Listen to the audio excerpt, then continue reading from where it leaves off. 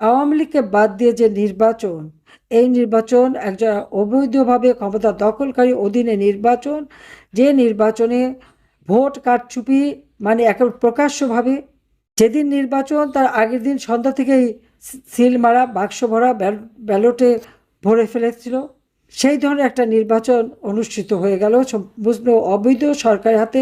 অবৈধ নির্বাচন, আমি জানি না এরা দেশকে কতটুকু কি দিতে পারবে, যেখানে একটা বিশাল জনগোষ্ঠী বঞ্চিত থাকলো তার ভোটের অধিকার থেকে, তার রাষ্ট্রীয় অধিকার থেকে, সাংবিধানিক অধিকার থেকে। তো সেই দেশ সামনে কিভাবে এগিয়ে যাবে, সেটাই এখন চিন্তার বিষয়। তো আওয়ামী লীগের অপরাধটা কি?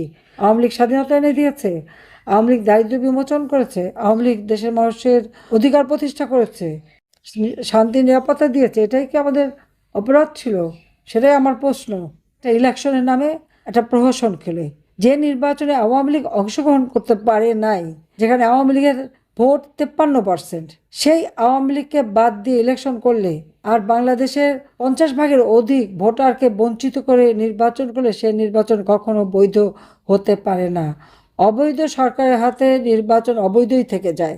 আজকে দুর্ভাগ্য, বাংলাদেশে আওয়ামী লীগকে নির্বাচন করতে দেয়নি, তার নির্বাচন নামে যে খেলা, যে সরকার এসছে তার উপর দেশের মানুষ কোনো আস্থা বিশ্বাস রাখতে পারে না। একমাত্র আওয়ামী লীগই পারে বাংলাদেশের মানুষের ভাগ্য পরিবর্তন করতে, আওয়ামী লীগই পারে দেশকে উন্নত করতে, আওয়ামী লীগই পারে বাংলাদেশের জনগণের শান্তি নিরাপত্তা দিতে, উন্নতি দিতে এবং অর্থনৈতিক সমৃদ্ধি দিতে। তিল তিল করে 15টা বছর যে দেশটাকে গড়ে তুলেছিলাম, মাত্র 1 বছরের মধ্যে সেই দেশ ধ্বংস। তবে আমার দৃঢ় বিশ্বাস, বাংলাদেশের জনগণের প্রতি আমার আস্থা বিশ্বাস আছে, কারণ এত অপবাদ, এত বদনাম করা সত্ত্বেও যখনই নির্বাচন এসেছে এবং যখনই সার্ভে করেছে দেখা গেছে আওয়ামী লীগ, এমনকি আওয়ামী লীগ 53% ভোটার আওয়ামী লীগকে সমর্থন করে। এত অপবাদ, এত কিছুর পরেও, নির্যাতনের পরেও, কারণ মানুষ আওয়ামী লীগকেই চায়, আওয়ামী লীগের উপরই তাদের আস্থা, এবং বাংলাদেশের মানুষ জানে যে একমাত্র আওয়ামী লীগই পারবে তাদের জীবন মান উন্নত করতে। আমাদের সকল অর্জিত অর্থনীতি সম্পূর্ণভাবে ধ্বংস, ব্যবসা বাণিজ্য সব দিক থেকে বাংলাদেশ যখন এত বেশি মানে সমৃদ্ধশালী ছিল, আজকে সেটা সম্পূর্ণ ধ্বংস করে দিয়ে গেল। আমার শুধু এটাই দুঃখ লাগে যে দিন রাত অক্লান্ত পরিশ্রম করে এই লাখো শহীদ, যাদের রক্তের বিনিময়ে আমরা স্বাধীনতা পেয়েছি, আমার ভাষা শহীদ, যাদের রক্তের বিনিময়ে আমরা মাতৃভাষায় কথা বলার অধিকার পেয়েছি, আজকে তাদের অবদান সম্পূর্ণভাবে ভুলুণ্ঠিত। আজকের বাংলাদেশ এখন অন্যের কাছে করুণা ভিক্ষা করার দেশ হয়ে গেছে।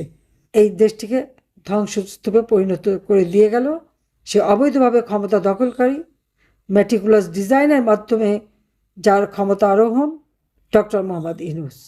এরপর নির্বাচনে আজকে যারা এসেছেন তাদের হাতেও আমরা দেখেছি অতীতে জঙ্গি বাহিনীর সৃষ্টি, গ্রেনেড হামলা, বোমা হামলা, দুর্নীতিতে বারবার চ্যাম্পিয়ন, এই তো ছিল আমাদের ইতিহাস।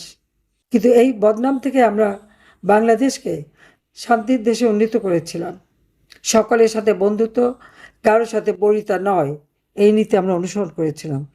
আজকে সব কিছুই শেষ হয়ে গেছে।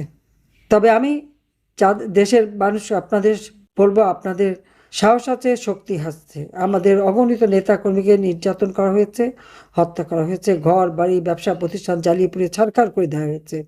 আজকে ছাত্র, শিক্ষক, আইনজীবী, সাংবাদিক, বুদ্ধিজীবী কেউই রেহাই পায়নি। এইরকম অবস্থা তো আমরা কখনো চাইনি। বাংলাদেশ হবে শান্তিপূর্ণ দেশ, বাংলাদেশ হবে শান্তির দেশ, উন্নত দেশ, এবং বাংলাদেশ হবে সারা বিশ্বে একটা বিস্ময় হিসেবে গড়ে উঠবে, উন্নয়নের রোল মডেল হিসেবে। ইনশাল্লাহ আবার আমরা দিন ফিরে পাবো আমি বিশ্বাস করি। শহীদের রক্ত বৃথা যায় না। যে সংগঠন ক্ষমতায় থাকা অবস্থায় 21শে ফেব্রুয়ারি শহীদ দিবস ঘোষণা করলো, শহীদ মিনার গড়ে তুললো, আজকে তারাই যেতে পারবে না। এর থেকে দুঃখের আর কি হতে পারে? তবে এই অন্ধকার কেটে যাবে, আবার বাংলাদেশের মানুষ সগৌরবে ফিরে আসবে, এই বিশ্বাস আমার আছে। এই রমজান মাস সবাইকে আমি রমজানের মোবারকবাদ জানাচ্ছি এবং ভাষা শহীদদের প্রতি আমার শ্রদ্ধা জানাচ্ছি।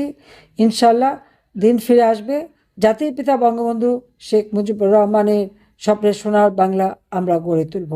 আপনাদের সবাইকে ধন্যবাদ। জয় বাংলা, জয় বঙ্গবন্ধু, বাংলাদেশ চিরজীবী হোক। খোদা হাফেজ।